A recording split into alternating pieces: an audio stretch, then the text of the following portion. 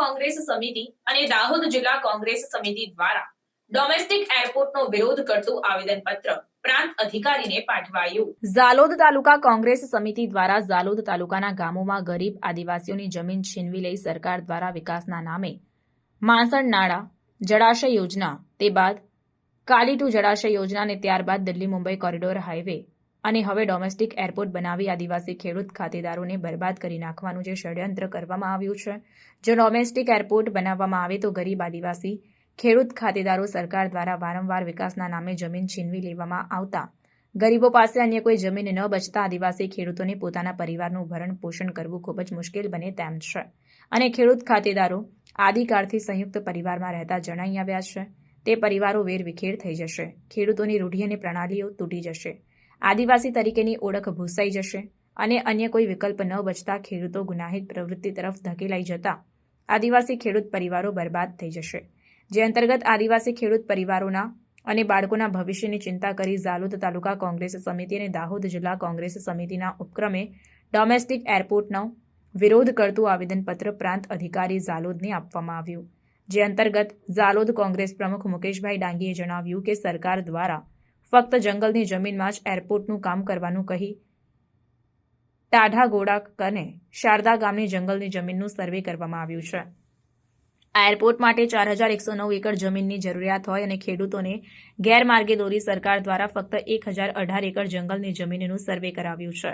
જો domestic airport માટે 4190 acre જમીનની જરૂરિયાત હોય તો ખૂટતી 3072 એકર જમીન સરકાર ક્યાંથી લાવશે તે જ મોટો પ્રશ્ન છે। ખેડૂતો સર્વેનો વિરોધ ન કરે તે માટે ફક્ત જંગલની જ જમીન લેવાની છે તેમ કહી જંગલમાં પગપસેરો કરી દીધો છે, પરંતુ જંગલની જમીનમાં ઢોરઢાખરનું નિર્વાહ ચાલતું હોય। ખાનગી જમીન તો અલગ, પરંતુ જંગલની જમીન પર 1 ઇંચ આ એરપોર્ટ માટે આપવા તૈયાર નથી। જો સરકાર જબરજસ્તીથી જમીન છીનવાની કોશિશ કરશે તો આવનાર સમયની અંદર સમગ્ર દાહોદ જિલ્લાના આદિવાસી ખેડૂત ખાતેદારો અને બોર્ડરે આવેલ મધ્યપ્રદેશ અને રાજસ્થાનના આદિવાસીઓને એક કરી ગાંધી ચિંધ્યા માર્ગે ઉગ્ર આંદોલન કરવાની ફરજ પડશે તેમ જણાવ્યું હતું। એકરની જમીનની જરૂર હોય તો 1018 એકર જંગલની જમીન સર્વે કરી તો 3072 જે એકર જમીન ખૂટે છે ક્યાંથી લેવામાં આવશે? અને બીજી વાત સાહેબ, જંગલની જમીન પણ અમે આપવા માટે તૈયાર નથી। અમારા પશુઓ અને જે અમારે થોડું ઘણું ઘાસ કૂચું ખાઈ અને જે અમારા પશુઓનું જે ગુજરાન ચલાવવાનું સાહેબ,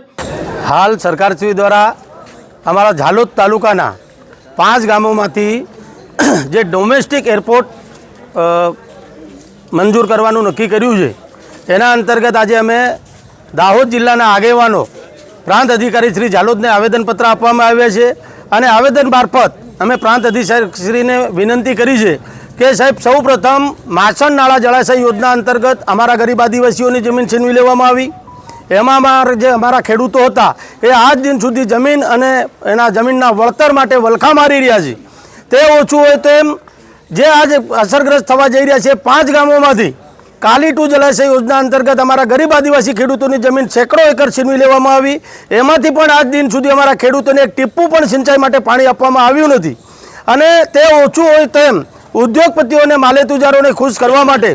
દિલ્હીથી મુંબઈ નેશનલ કોરિડોર હાઈવે જે પસાર કરવામાં આવ્યો, એમાં અમારા ઝાલોદ તાલુકાના 14 ગામોના ગરીબ આદિવાસીઓની જમીન બિલકુલ સસ્તા ભાવે છીનવી લેવામાં આવી। અને આ હાઈવેનું કામ કરતા જે અમારી મૂળભૂત સુવિધાઓ છીનવાઈ ગઈ એના માટે અમારા ખેડૂતો છેલ્લા 3 વર્ષથી લડાઈ લડતા જઈને આવ્યા, પણ આજ સુધી એનું જરાય ઠેકાણું નથી। અને પડતામાં પાટું હોય એમ ફરીથી ડોમેસ્ટિક એરપોર્ટ મંજૂર કરી અને અમારા ગરીબ આદિવાસીઓને આ સરકાર દ્વારા જાણે કે ઝાલોદ તાલુકાના આદિવાસી ખેડૂતોનો ખાત્મો જ કરી દેવાનો હોય એ અંતર્ગત વારંવાર વિકાસના નામે જમીન છીનવી લઈ અમારા ગરીબોનો વિનાશ કરવામાં આવી રહ્યો છે। એ માટે આજરોજ અમે પ્રાંત અધિકારી શ્રી ઝાલોદને આવેદનપત્ર આપવા માટે આવ્યા છીએ અને આવેદન મારફત અમે સરકારશ્રીને વિનંતી કરીએ છીએ કે અમારા અનુસૂચિત 5 વિસ્તારમાં જ્યાં સુધી અમારો ખેડૂત પોતાની સંમતિ ના આપે ત્યાં સુધી આપ જમીન છીનવી શકતા નથી, પરંતુ વિકાસના નામે વિનાશ કરવા માટે કટિબદ્ધ બનેલી આ સરકાર દ્વારા અમારા ગરીબ આદિવાસીઓના બાળકોના ભવિષ્યની ચિંતા કર્યા વગર આ જમીન છીનવી લઈ અમારી જે રૂઢિ અને પ્રણાલી છે એને તોડી નાખી આદિકાળથી અમે જે સંયુક્ત પરિવારમાં રહેતા જઈને આવ્યા છે, સંયુક્ત પરિવારોને વેરવિખેર કરવાના બદ ઇરાદાથી અમારી જે જમીન છીનવી લેવા માંગી રહી છે। અને હાલ અમારા ખેડૂતોને લોલીપોપ આપી ફક્ત જંગલની જમીન સર્વે કરવા માટે એમના તંત્રના માણસો આવ્યા અને 1018 એકર જમીન સર્વે કરી, પરંતુ આ એરપોર્ટની અંદર 4190 એકર જમીન જો જરૂરિયાત હોય તો 1018 એકર જમીન સર્વે કરી તો 3072 એકર જમીન આ સરકાર ક્યાંથી લાવવાની એ એક મોટો પ્રશ્ન છે. માટે જંગલના જમીનના નામે અમારા ખેડૂતોને બહેકાવી ખોટી રીતે અમારી જમીન છીનવી લેવાનું આ સરકાર દ્વારા જે કાવતરું કરવામાં આવ્યું છે તેનો અમે સખત વિરોધ સાથે આવેદનપત્ર આપ્યું છે અને સરકારશ્રીને વિનંતી કરી છે, ખાનગી વસ્તુ તો જમીન તો અલગ, પરંતુ આ જંગલની જમીન પર અમારા પશુઓનો નિર્વાહ થાય છે, માટે અમે જંગલની જમીન પર એ ખીચ આપવા માટે તૈયાર નથી. મુકેશભાઈ ડાંગી.